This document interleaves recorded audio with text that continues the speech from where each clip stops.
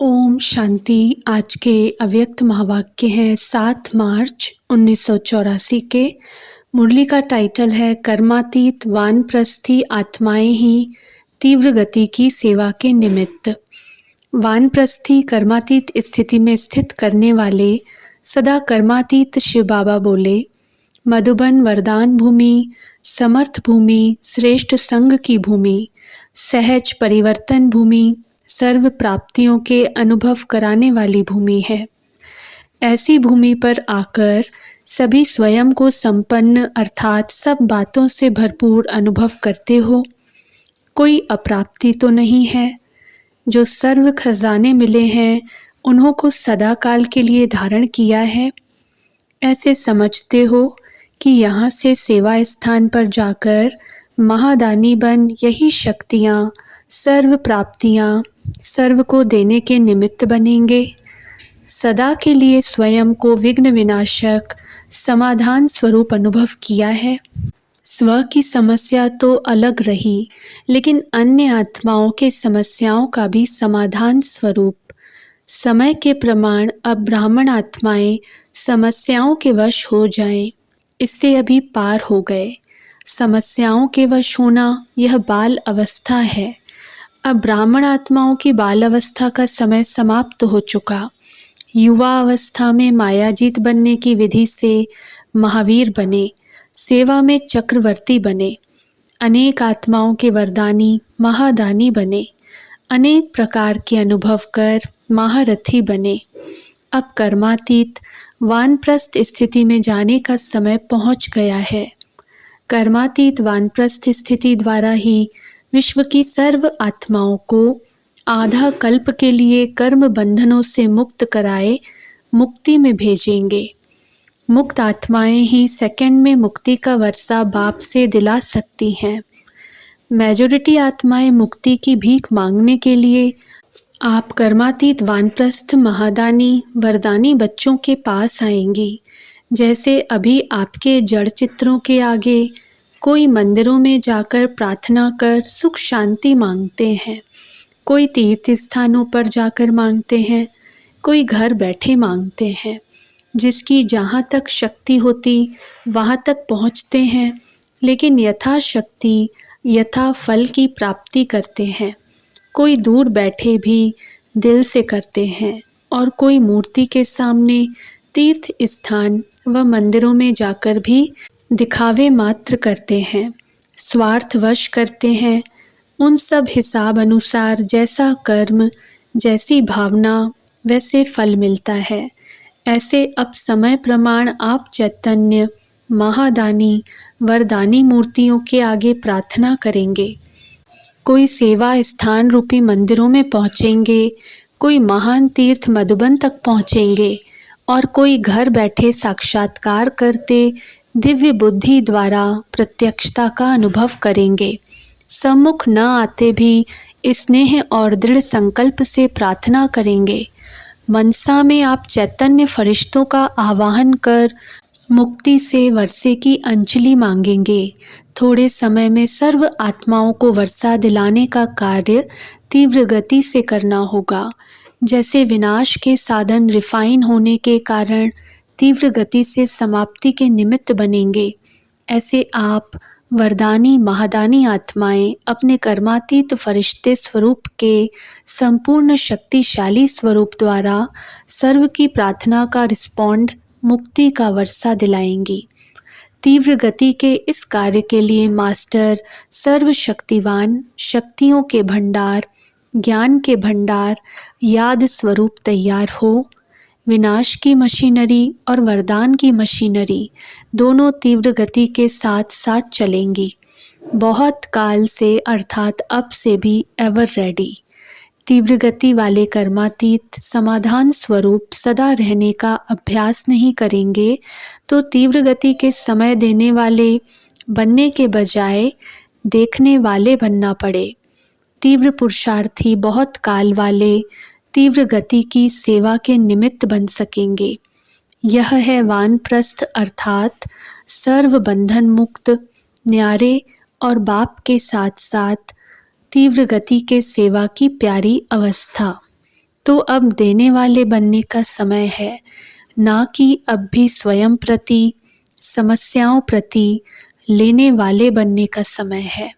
स्व की समस्याओं में उमंग होना, अब वह समय गया। समस्या भी एक अपनी कमज़ोरी की रचना है। कोई द्वारा व कोई सर्कमस्टेंस द्वारा आई हुई समस्या वास्तव में अपनी कमज़ोरी का ही कारण है।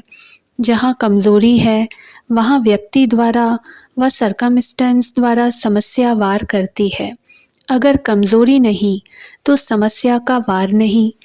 आई हुई समस्या समस्या के बजाय समाधान रूप में अनुभवी बनाएगी। यह अपनी कमज़ोरी के उत्पन्न हुए मिकी माउस हैं।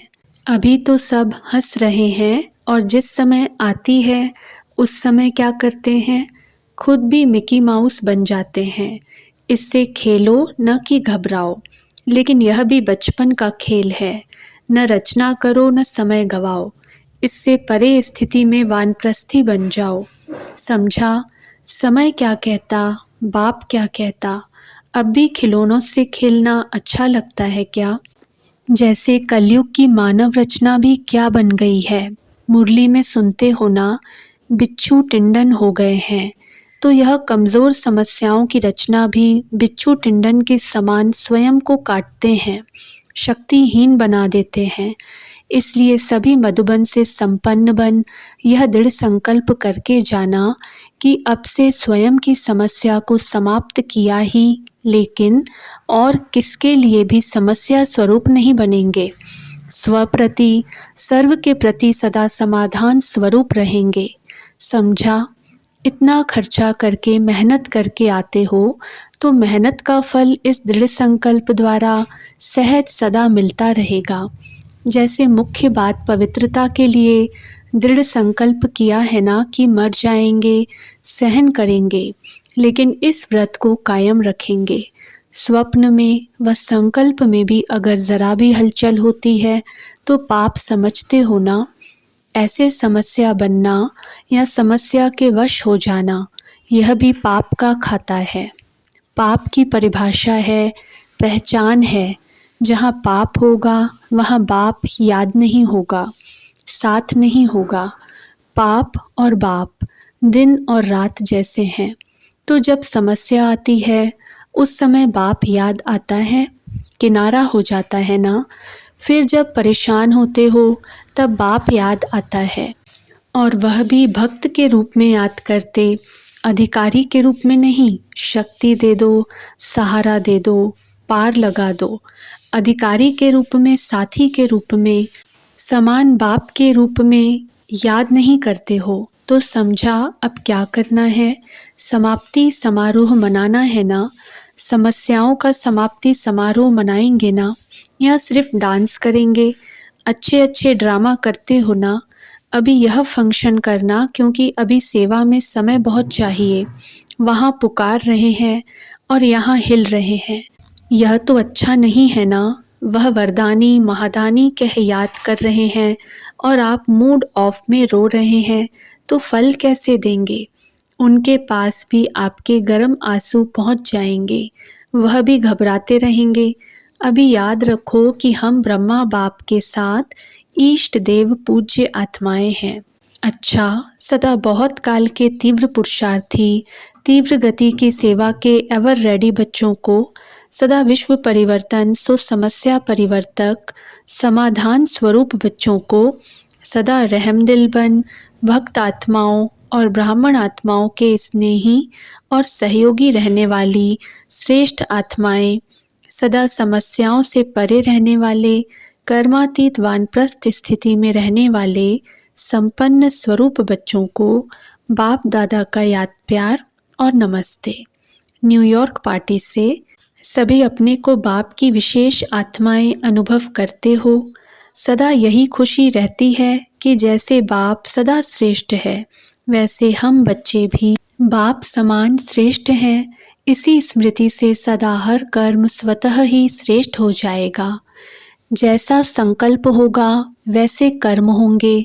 तो सदा स्मृति द्वारा श्रेष्ठ स्थिति में स्थित रहने वाली विशेष आत्माएं हो। सदा अपने इस श्रेष्ठ जन्म की खुशियाँ मनाते रहो। ऐसा श्रेष्ठ जन्म जो भगवान के बच्चे बन जाएं, ऐसा सारे कल्प में नहीं होता। 5000 वर्ष के अंदर सिर्फ इस समय यह अलौकिक जन्म होता है। सतयुग में भी आत्माओं के परिवार में आएंगे, लेकिन अब परमात्मा संतान हो तो इसी विशेषता को सदा याद रखो। सदा मैं ब्राह्मण ऊंचे ते ऊंचे धर्म, कर्म और परिवार का हूँ।